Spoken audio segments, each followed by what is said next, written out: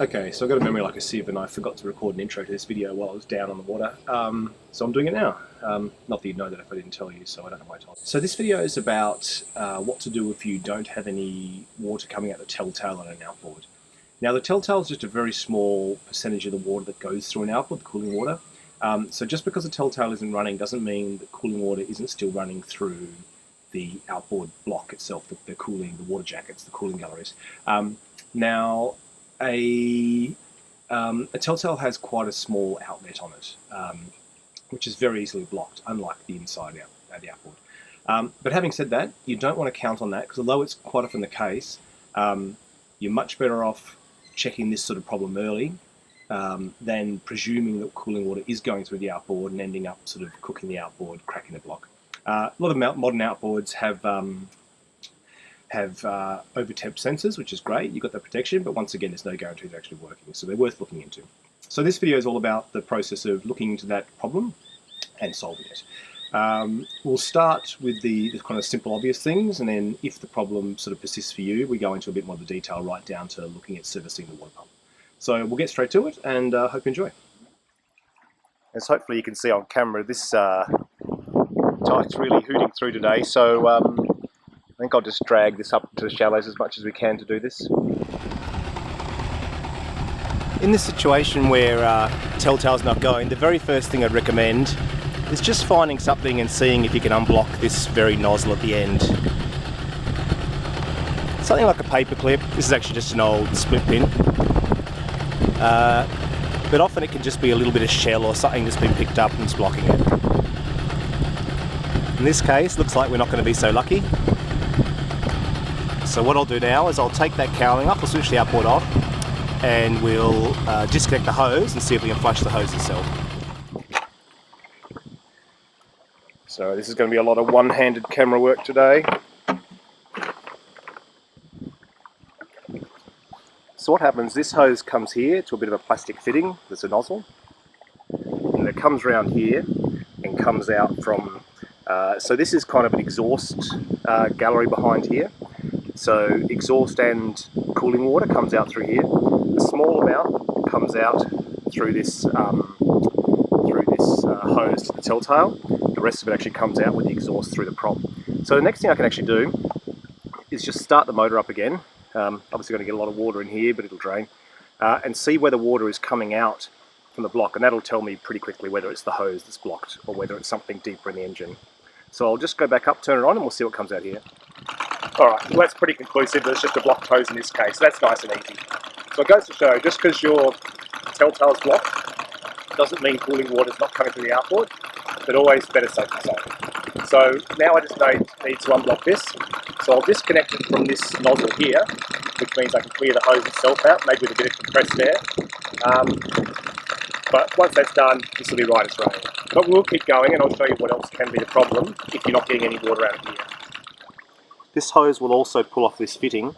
You'll see this fitting's got some little sort of spurs or barbs that you can compress in that allows this fitting to be pushed in from the outside, but this hose will just push in from the inside. So I'll just use two hands to pull this off, and then we'll have a look. So this has come out with the fitting itself. There we go. So this has obviously got a bit of stuff in it. Bit of just river sand. So even just blowing through that's cleared it up a bit. I can't blow through this hose at all though, so obviously it's a bit more than just the nozzle blocked up, which explains why the little bit of wire wasn't helping us. So I'm actually not at the workshop obviously, so I don't have any compressed air here, but I'll try by just wriggling it a bit, each part, just seeing if we can dislodge it, and then flushing a bit of water through it. So I'll give that a go and see if we can start blowing through it. If you've got a longer bit of wire, you can obviously push it straight through. I can actually feel this is full of sand right here at the nozzle end, which is where it's all collected, so I'll just keep trying to dislodge it. Just be careful though if you're using a bit of thin wire. It is easy to come in and then go through the side of the hose. Not the end of the earth. You can either tape it up with something waterproof or replace a bit of hose like this. It's only a couple of dollars. But you know, if you can avoid it, just try and make sure you stay sort of parallel to the hose rather than skewing into the side. That's particularly easy to do if you're coming in through the nozzle and the hose has got a bend and you're pushing straight in through the nozzle, and you can come out the side here. So just be aware of that. Big chunk of sand just came out then. So a bit of whacking obviously helps. Now I can blow through it. So I think that's almost pretty much cleared now. So I'll go back to the boat, I'll reinsert this fitting, put the hose on, and this one's probably done. That's how simple it can be. But we'll go and look at a few of the other things that you can check and do if the problem's a bit more serious. To put it back, just going to press it back on here. It's not very high pressure. You could put a little cable tie or hose clamp on there if you wanted, but it's not really necessary. Then I'm just going to push this fitting back through until it clips in, and then pop this on.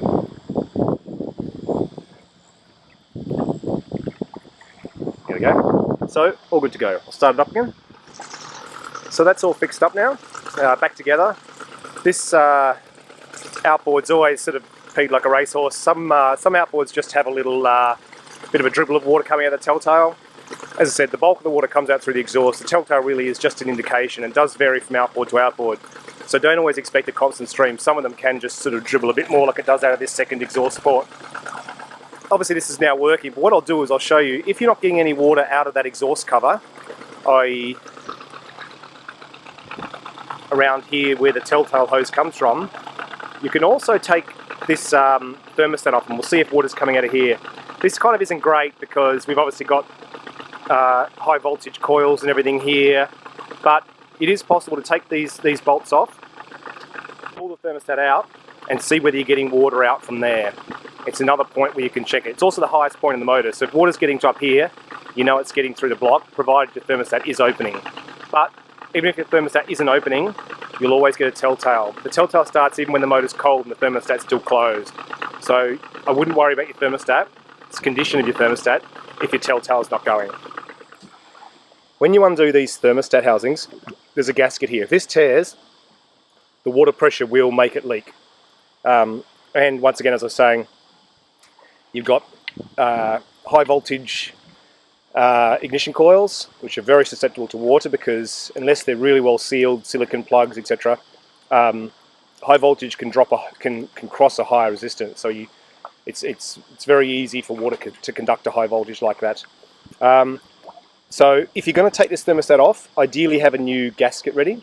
This gasket's not that old, so I'm hoping it's going to come out in one piece. But if not, we'll cross that bridge when we get to it. So two 10mm nuts hold this on. So I'll take these out, maybe with one hand, maybe not. So the answer was not, needed two hands at the end, but that gasket's in pretty good shape. Look, you should always replace gaskets if you've removed things, particularly when it's a customer's boat. When it's yours, make an educated decision. I'm going to keep that. And we'll just get this thermostat out. It's looking a little bit manky because it's a saltwater boat, but not too bad in the scheme of things. Now, if I crank this boat up again, water's going to come out of here. I might try and find a way to catch a bit of it because I'd like to show you, but at the same time I don't want water all through the electrics. I mean, don't get me wrong, it'll dry out and it'll be fine eventually, but you know, no point pushing it. So I'll cover those coils up a little bit with something and then we'll fire it up. Alright, wetsuit will do. Okay, I'll fire it up just for a short time and we'll have a look. So hands up, which mung bean, put the parts of the boat on the flywheel and then started the motor. It's alright, they only fell in 1 foot of water, so I found them again. Don't do that. So here you can see all the water coming out from where the thermostat was.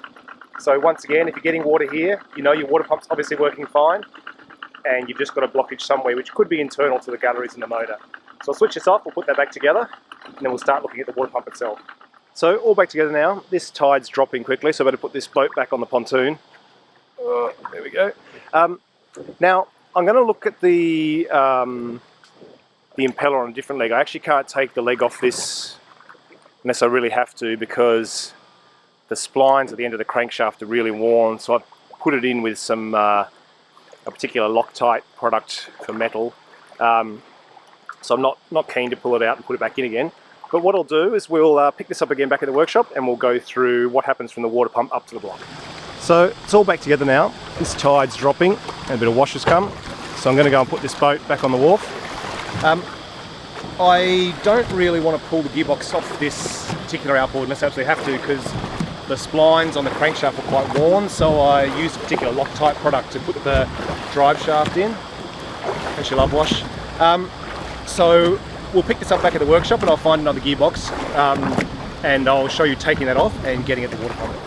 So if you've been through that process I've just been through and you've still got water not coming out at all from anywhere, it's time to start looking at the water pump, or at least the pipe leading from the water pump up. As I said, I'm not going to take that outboard apart particularly because it's got issues, but I'm sure we'll get something in the workshop. So have a look around and I'll show you on a collection of outboards what you need to do. Won't use this one, it's going in a Subaru. Oh, not really.